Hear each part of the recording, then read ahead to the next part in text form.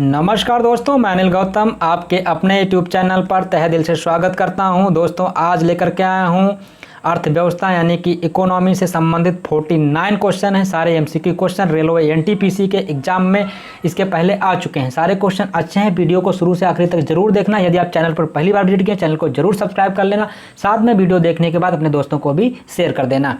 इसके पहले हमने बहुत सारे वीडियो अपलोड कर चुके हैं चैनल पर। उसमें अर्थव्यवस्था, उसमें है इतिहास, भूगोल, भौतिक, रसायन, जीव विज्ञान, कंप्यूटर से सारे संबंधित जो क्वेश्चन आए हुए थे वो सारे करवा चुके हैं। उनकी प्लेलिस्ट आपको चैनल पर मिल जाएगी। तो आइए देखते हैं पहला क्वेश्चन हमारा क्या है। तो पहला क्वेश्चन है, सार्वजनिक या निजी क्षेत्र का वर्गीकरण इस आधार पर किया जाता है। क्या कह रहा है क्वेश्चन? सार्वजनिक या निजी क्षेत्र का वर्गीकरण इस आधार पर किया जाता है। ऑप्शन डी स्वामित्व। ऑप्शन डी स्वामित्व। स्वामित्व का मतलब होता है ओनरशिप। स्वामित्व का मतलब होता है ओनरशिप। अगला क्वेश्चन है, भारतीय रिजर्व बैंक द्वारा अब तक मुद्रित नोटों में उच्चतम मूल्य का नोट कौन सा है? यानी कि जो भारतीय रिजर्व बैंक है उसने अभी तक जितने भी नोट जारी किए हैं उसमें से उच्चतम मूल्य का नोट कौन सा है? तो ऑप्शन सी 10,000 रुपया का। 10,000 रुपया का। अब इसके बारे में सुनिए कथा। भारतीय रिजर्व बैंक केंद्र सरकार की सिफारिश पर 5,000 तथा 10,000 अथवा किसी अन्य मूल्य वर्ग के बैंक नोट जारी कर सकता है। तथापि भारतीय रिजर्व बैंक अधिनियम 1934 के वर्तमान प्रावधानों के अनुसार 10,000 रुपये से अधिक उच्च मूल्य वर्ग के बैंक नोट नहीं हो सकते हैं। सिक्का अधिनियम 2011 के अनुसार 1,000 तक के मूल्य वर्ग के सिक्के जारी किए जा सकते हैं। मुख्यतः अघोषित धन पर नियंत्रण रखने के प्रयोजन से 12 जनवरी 1946 को उस समय संचलन में मौजूद 500, 1,000 और 10,000 के बैंक नोटों का विमुद्रीकरण किया गया था। यानी कि 1946 में 500 के नोट, 1,000 के नोट और 10,000 के नोटों का क्या हुआ था? विमुद्रीकरण हुआ था। इसके बाद 1954 में 1,000, 500, 1,000 और 5,000 और 10,000 के उच्च मूल्य वर्ग के बैंक नोटों को फिर से जारी किया गया और 1978 में, यानी कि 1946 में बंद किया गया, 1954 में जारी किया गया। इसके बाद 1978 में इन बैंक नोटों को यानी कि 1,000, 5,000 और 10,000 को एक बार फिर क्या किया गया? विमुद्रीकृत किया गया। वर्ष 1996 से आरबीआई द्वारा महात्मा गांधी श्रृंखला के बैंक नोट को प्रचलन में लाया गया। यानी कि जो महात्मा गांधी के फोटो छपता है नोट पर, वो 1996 से छपना स्टार्ट हुआ। नवंबर 2016 में पुनः 500 एवं 1,000 के बैंक नोटों को विमुद्रीकृत करके 500 रुपये के बैंक नोट को नए प्रारूप में तथा 1,000 रुपये के बैंक नोट की जगह 2,000 रुपये का बैंक नोट चलन में आया। यानी कि हम कह सकते हैं कि जो नोट है उनका 3 बार विमुद्रीकरण हुआ है। कब हुआ? 1946 में हुआ और इसके बाद 1978 में हुआ और इसके बाद 2016 में हुआ। अगला क्वेश्चन देखते हैं दोस्त।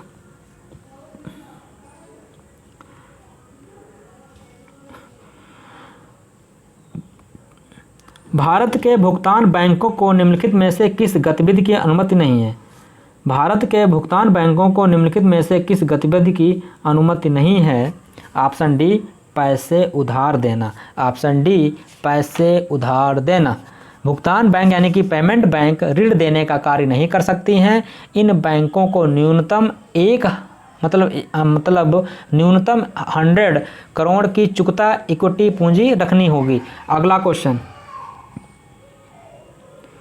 कर लगाने की उस विधि को क्या कहते हैं जिसमें कर योग्य राशि में वृद्धि होने पर कर की दर में वृद्धि हो? ऑप्शन ए आरोही क्रम। ऑप्शन ए आरोही क्रम। आरोही क्रम यानी कि प्रगतिशील कर इसको कहते हैं। आरोही कर को क्या बोलते हैं? प्रगतिशील कर बोलते हैं, यानी कि प्रोग्रेसिव टैक्स। कर लगाने की वह विधि जिसमें कर योग्य राशि में वृद्धि होने पर कर की दर में वृद्धि हो आरोही कर यानी कि प्रगतिशील कर या प्रोग्रेसिव टैक्स कहा जाता है। अगला क्वेश्चन देखते हैं दोस्तों। अभी थोड़ा थोड़ा लेवल इनका अच्छा है। इसके बाद बहुत इजी क्वेश्चन आने वाले हैं। भारत में शेयर बाज़ारों के लिए प्रधान नियामक संस्थान कौन सा है? काफ़ी अच्छा क्वेश्चन क्या कह रहा है, भारत में शेयर बाज़ारों के लिए प्रधान नियामक संस्थान कौन सा है? ऑप्शन बी सेबी, यानी कि securities and exchange board of India. और सेबी जो है, सेबी का मुख्यालय मुंबई में है। और पूछा जाता है कि इसकी स्थापना कब हुई थी, तो सेबी की स्थापना जो हुई है वो हुई थी अप्रैल 1988 में हुई थी। कब हुई थी? 1988 में हुई थी। 12 अप्रैल 1992 को इसे वैधानिक दर्जा प्रदान किया गया। लेकिन 12 अप्रैल 1992 को क्या किया गया? इसको वैधानिक दर्जा प्रदान किया गया। अगला क्वेश्चन, अर्थशास्त्र में बहुत गहरी, लंबी और दर्दनाक मंदी को कहा जाता है। ऑप्शन ए अवसाद। अवसाद को अर्थशास्त्र में बहुत गहरी, लंबी और दर्दनाक मंदी कहा जाता है। अवसाद का मतलब होता है डिप्रेशन। अगला क्वेश्चन, जवाहर रोजगार योजना JRY डैश से शुरू की गई थी। ऑप्शन बी 1 अप्रैल 1989 को, यानी कि जवाहर रोजगार योजना जो है उसकी शुरुआत 1 अप्रैल 1989 को हुई थी। अगला क्वेश्चन, मानव विकास सूचकांक पर UNDP की रिपोर्ट देशों की तुलना इसके आधार पर नहीं करती। ऑप्शन डी निगमित प्रशासन। ऑप्शन डी निगमित प्रशासन। UNDP का फुल जो UNDP होता है ये United Nation Development Programme, UNDP यानी कि यूनाइटेड नेशन डेवलपमेंट प्रोग्राम। अगला क्वेश्चन, निम्न में से कौन सा नाम आर्थिक सिद्धांत से संबंधित नहीं है? क्या नहीं है? आर्थिक सिद्धांत से संबंधित नहीं है। Option D Niels Henrik David Bohr. Niels Henrik David Bohr आर्थिक सिद्धांत से संबंधित नहीं है। अगला क्वेश्चन, जस्टिस AP शाह समिति ONGC और डैश के बीच केजी बेसिन में तेल और गैस खंडों से संबंधित विवाद के निपटारे के लिए गठित की गई थी। Option C Reliance Industries Limited. Reliance Industries Limited. अगला क्वेश्चन, पूंजी स्कीम डैश घोटाले को दर्शाता है। अच्छा क्वेश्चन है ये। ऑप्शन सी निवेश। ऑप्शन सी पूंजी स्कीम निवेश घोटाले को दर्शाता है। अगला क्वेश्चन, भारत के राजपत्र के अधिकृत प्रकाशक और संरक्षक कौन है? भारत सरकार के राजपत्र के अधिकृत प्रकाशक और संरक्षक कौन है? ऑप्शन बी प्रकाशन नियंत्रक। ऑप्शन बी प्रकाशन नियंत्रक। अगला क्वेश्चन है, उस बाजार को क्या कहते हैं जहां बहुत कम संख्या में कुछ कंपनियां साथ मिलकर बाजार के बहुमत को नियंत्रित करती हैं? Option B oligopoly. Option B oligopoly. अगला क्वेश्चन, जिस बाजार में स्पर्धा की कमी हो उसे क्या कहते हैं? ऑप्शन ए मोनोपोली, यानी कि जिस बाजार में स्पर्धा की कमी होती है उसको मोनोपोली कहते हैं। मोनोपोली का मतलब होता है एकाधिकार। मोनोपोली का मतलब होता है एकाधिकार, यानी कि एक का ही अधिकार। अगला क्वेश्चन, कर टैक्सेस की कटौती के बाद व्यक्ति के पास उपलब्ध आय को क्या कहते हैं? यानी कि कर की कटौती के बाद व्यक्ति के पास उपलब्ध आय को क्या कहते हैं? ऑप्शन ए प्रयोग के लिए उपलब्ध आय। प्रयोग के लिए उपलब्ध आय। अगला क्वेश्चन, किसी भी उत्पाद के पैकेज पर अंकित MRP का अर्थ क्या होता है? जो MRP होती है यानी कि उसका अर्थ क्या होता है? तो option B maximum retail price. MRP जो होती है उसका फुल फॉर्म होता है मैक्सिमम रिटेल प्राइस। अगला क्वेश्चन, एक संयुक्त उत्पाद के रूप में कई उत्पादों की बिक्री की पेशकश को क्या कहते हैं? ऑप्शन सी उत्पाद की गठरी, यानी कि प्रोडक्ट बंडलिंग। उत्पाद की गठरी यानी कि क्या कहते हैं? प्रोडक्ट बंडलिंग कहते हैं। अगला क्वेश्चन, निम्नलिखित में से कौन सी एक अमूर्त, क्या कह रहा है, कौन सी एक अमूर्त परिसंपत्ति है? अमूर्त परिसंपत्ति है ऑप्शन ए साख यानी कि गुडविल। अमूर्त संपत्तियां का मतलब हुआ इनटेंजिबल एसेट्स, इनटेंजिबल एसेट्स। अगला क्वेश्चन देखते हैं दोस्तों क्या है। आम बजट के साथ रेलवे बजट का प्रस्तावित विलय कब से होना निर्धारित है? आम बजट के साथ रेलवे बजट का प्रस्तावित विलय कब से होना निर्धारित है? ऑप्शन डी 2017-18 से। Option D 2017-18। अगला क्वेश्चन, अच्छा क्वेश्चन है। 1947 में किसने सर्वप्रथम केंद्रीय बजट प्रस्तुत किया था? ऑप्शन सी आर के शणम मुखर्जी। स्वतंत्र भारत का पहला बजट आर के शणम मुखर्जी द्वारा पेश किया गया था। अगला क्वेश्चन, पुराने जमाने में वस्तु विनिमय प्रणाली का क्या मतलब था? यानी कि वस्तु विनिमय प्रणाली का मतलब क्या था? तो ऑप्शन बी है माल और सेवाओं का प्रत्यक्ष विनिमय। माल और सेवाओं का प्रत्यक्ष विनिमय का मतलब यह हुआ कि अगर आपके पास कोई सामान है तो आप दूसरे को दे दो जा करके, वहाँ से उसके पास जो सामान है वो तुम ले आओ जा करके, यानी कि सामान की अदला बदली होती थी। अगला क्वेश्चन, वह व्यक्ति जो एक साझेदारी फर्म को केवल अपना नाम देता है उसे क्या कहा जाता है? वह व्यक्ति जो एक साझेदारी फर्म को केवल अपना नाम देता है उसे क्या कहा जाता है? Option B nominal partner. Option B nominal partner. अगला क्वेश्चन, बैंक जमा राशि पर दिया जाने वाला ब्याज दर, बैंक जमा राशि पर दिया जाने वाला ब्याज दर। ऑप्शन डी मुद्रास्फीति के लिए मुआवजा। ऑप्शन डी मुद्रास्फीति के लिए मुआवजा। अगला क्वेश्चन, मोबाइल फोन का उपयोग करके धन स्थानांतरण करने की वाली प्रक्रिया को कहा जाता है? Option C IMPS। Option C IMPS यानी कि immediate payment service. Immediate payment service. अगला, ब्रिक्स डेवलपमेंट बैंक को अब यह नाम दिया गया है, जो ब्रिक्स डेवलपमेंट बैंक है उसको अब क्या नाम दिया गया है? Option C new development bank यानी कि NDB, न्यू डेवलपमेंट बैंक। और जो इसका मुख्यालय है NDB का वो है शंघाई, मुख्यालय शंघाई चीन में है। अगला क्वेश्चन, 1 अप्रैल 2010 से बैंकों ने बचत खाते की शेष राशि पर डैश ब्याज देना शुरू किया है? ऑप्शन डी दैनिक आधार पर। ऑप्शन डी दैनिक आधार पर। अगला क्वेश्चन, ICICI बैंक की आई वर्क @होम पहल डैश के लिए है? ऑप्शन सी बैंक की महिला कर्मचारी। ऑप्शन सी बैंक की महिला कर्मचारी। अगला क्वेश्चन, निम्नलिखित पूर्व प्रधानमंत्रियों में से किसका नाम भारतीय करेंसी नोटों पर देखा जा सकता है? Option C doctor Manmohan Singh. Option C doctor Manmohan Singh. अगला क्वेश्चन, रुपयों के लिए चिन्ह रुपया को डिजाइन करने के लिए आयोजित प्रतिस्पर्धा के विजेता कौन थे? काफ़ी अच्छा क्वेश्चन है और कई बार एग्जाम में पूछा गया है, इसको आप लोग ध्यान रखेंगे। उदय कुमार। Option A Uday Kumar.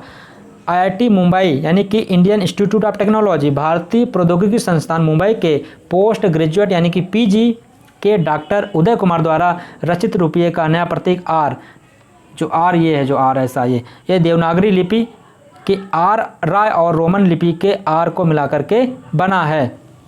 अगला क्वेश्चन,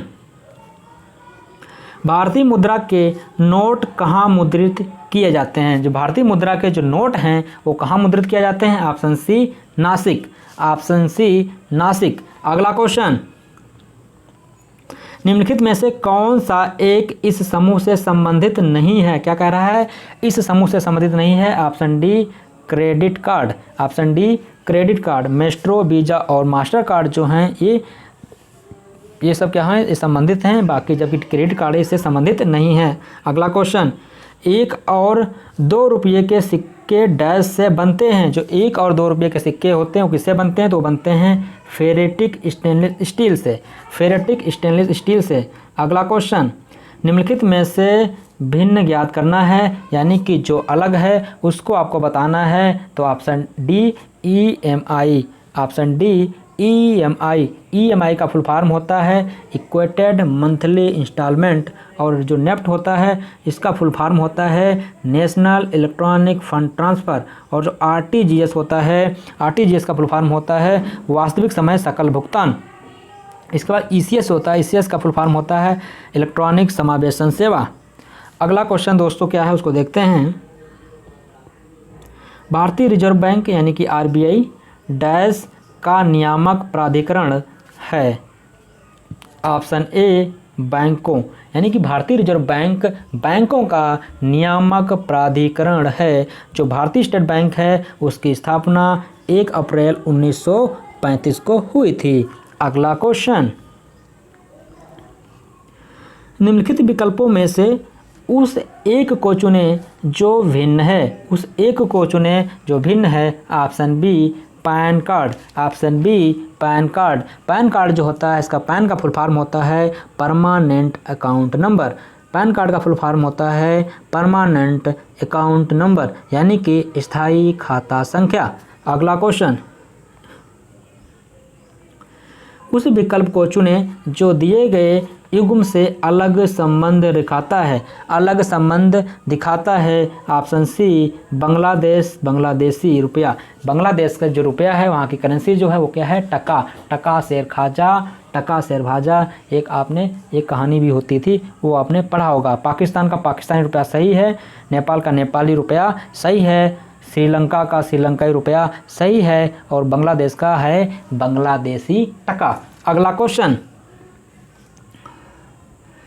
रियल किस देश की मुद्रा है। जो रियल है वो किस देश की मुद्रा है। Option C Brazil, option C Brazil. Real जो है ब्राज़ील देश की मुद्रा है, करेंसी है, यानी कि चीन की जो मुद्रा है युआन रेनबिन्बी है, क्यूबा की क्यूबन पेसो है, और गाम्बिया की जो है वो है गैम्बियन डलासी। अगला क्वेश्चन,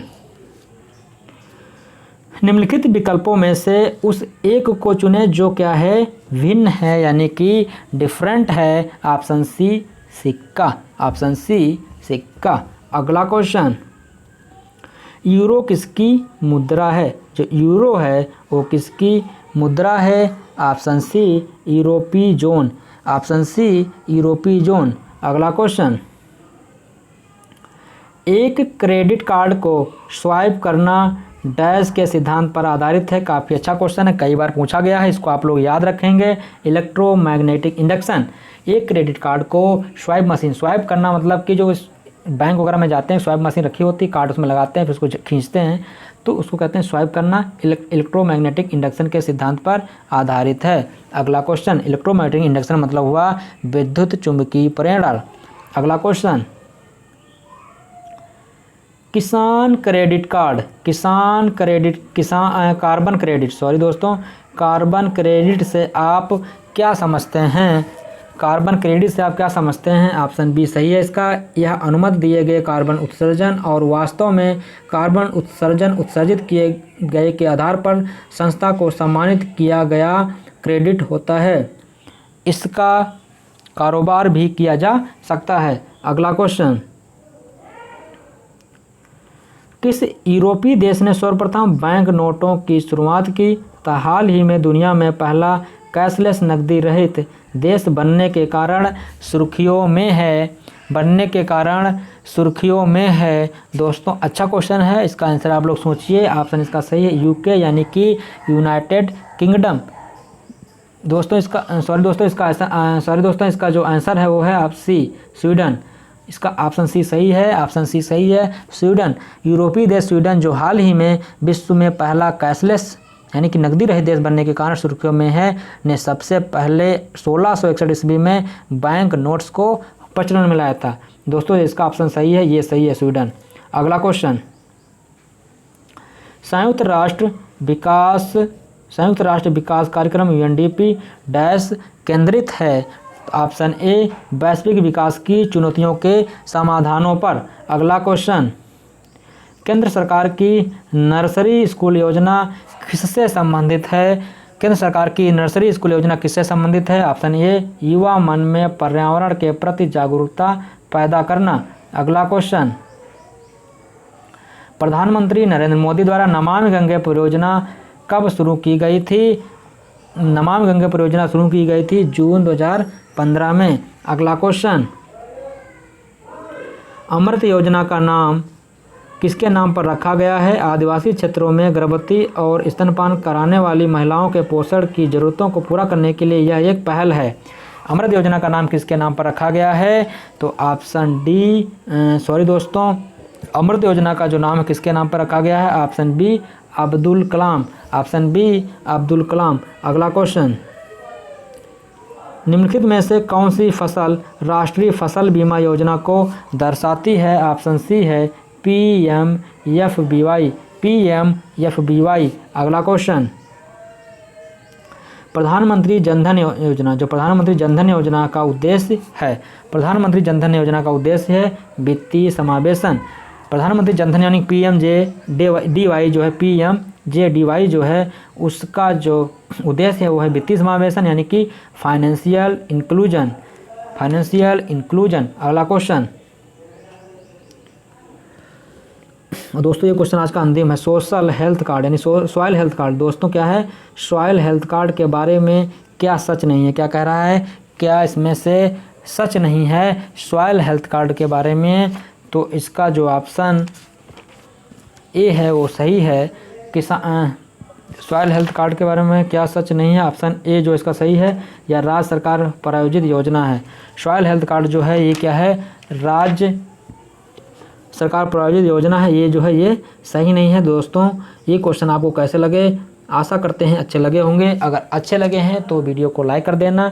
यदि आप चैनल पर पहली बार विजिट किए हैं तो चैनल को जरूर सब्सक्राइब कर देना और वीडियो को अपने दोस्तों को भी शेयर कर देना। इसके बाद अगला टॉपिक लेकर के आएंगे, परंपरागत सामान्य ज्ञान से जो क्वेश्चन रेलवे में पूछे गए थे उस पर वीडियो लेकर के आएंगे, उसको आप लोग जरूर देखना। नमस्कार।